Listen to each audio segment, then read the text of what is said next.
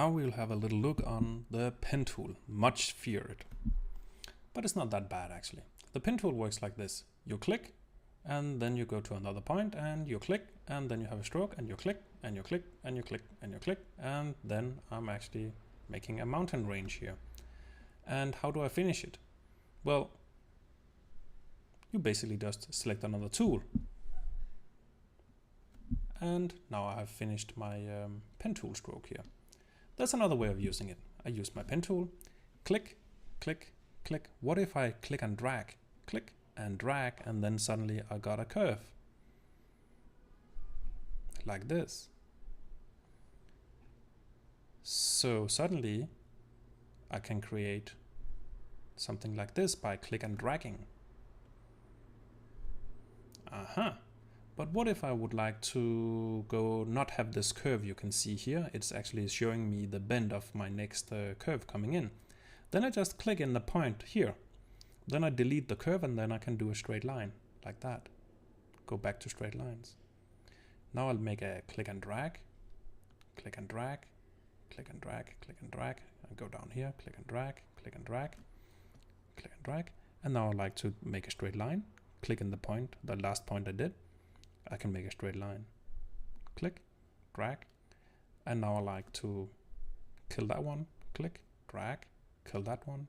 Click, drag, kill that one. Click, drag, kill that one. Click, drag.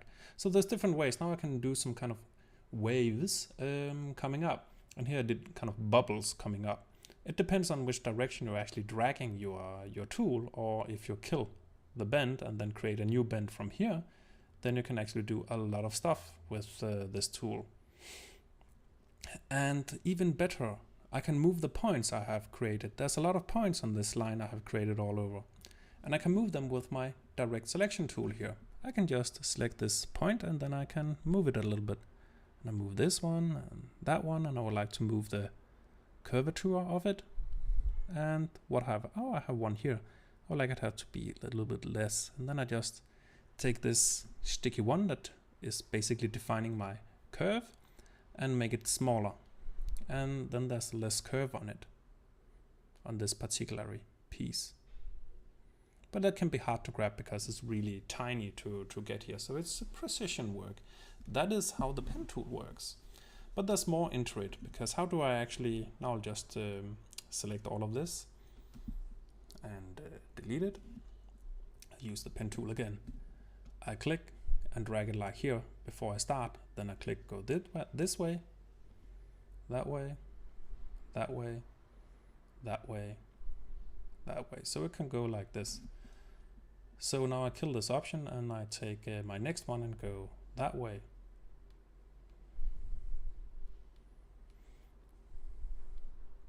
So it depends on the sequence you do, or whatever you can actually, how you would actually create your pattern, or what kind of stroke you actually are trying to achieve. If I need to twist this a little bit, I can press down the alternate key, and then I can basically take anything around here and modify the curvature of it. Now it actually have a little preview of what I have done, and then I can make a modification of what I just did. And this is when I press down the Alt key, then I have this modifier option. If I press down my Command key, I call to the last used arrow. And in this case, my last used arrow tool was basically the black one. But when I'm using the pen tool, it's really nice to have the white arrow, because sometimes you need to move that little one. So I now know that I have a really nifty shortcut that if I press down the command tool, it calls to the last used selection tool. And I have my normal selection tool and my direct selection tool, the black one or the white one. And in this case, I would like to call the white one. So if I select this one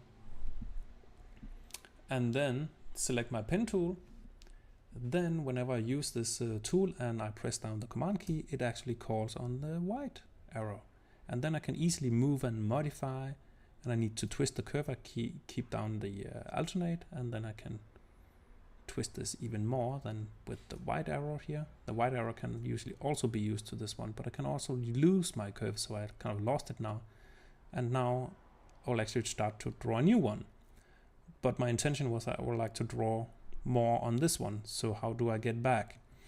Well, I deselect this one and I go with the pen tool, and I need to select this one and click on the one on the point I want to continue from. And then I actually carry on from this point. Nice.